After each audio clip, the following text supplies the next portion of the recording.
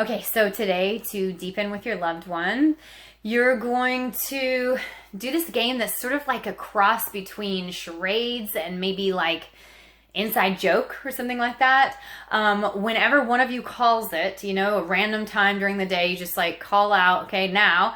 The other one has to express what they're feeling or what's going on for them right now with only some sort of gesture, some sort of hand motion, some sort of facial expression, but you should really mime it up, like some sort of quick little mime or act out, something short, but expressive, and it's only with that, only no words.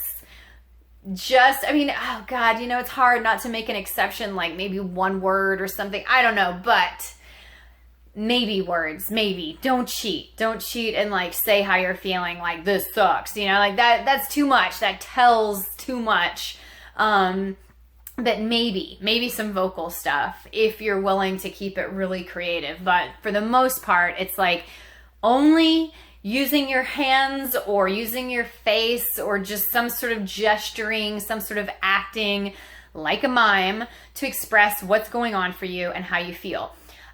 This is really fun because it's goofy and it makes people laugh, and it is also really communicative. It like gets you to another layer of communication because, oh my gosh, we've removed the words component, and so now you have to communicate something in a different way, and you often do end up communicating something else that you probably wouldn't have with words, or sometimes you feel more free because there is an air of silliness to like say something that you might not have said, or be a little bit more liberal with what you express when you get to gesture it, like whatever. You remember like like something like that you might not have expressed it that whatever, sort of emotionally or dramatically in words, or whatever. It does usually bring out a new component of communication, or it may be really hard for you and you may just be like, I have no idea, that was so hard for me, I rely so heavily on words, or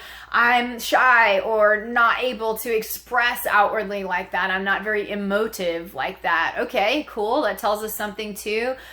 Really it's just fun, especially to do with the other person, because then the second part of the game is when somebody has done that, and you guys do it all day, do it over the course of a day, call out a moment and have the person express, call out a moment and have the other person express. But when you stumble across, or when there are things that you love, or that like, oh my God, that was a good one, that cracked us up, or oh my God, that was so clear, that was like so expressive, that gave me like such a clear idea of what was up for you, or just whatever, I loved it.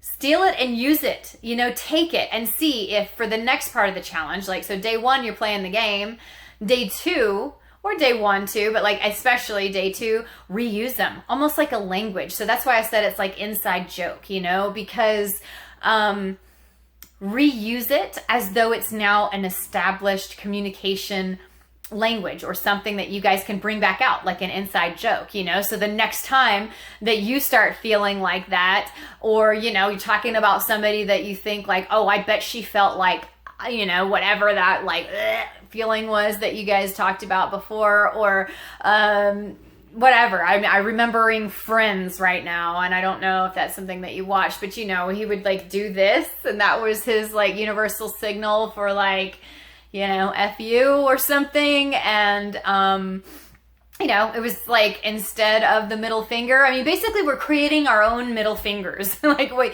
something that is just symbolic, a gesture, a sign.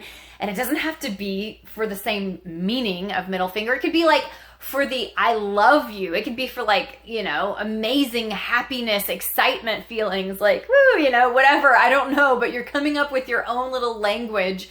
and this sort of like gesturing way of communicating instead of just saying. Because I don't know, sometimes we get hung up on that. If somebody says, how are you feeling?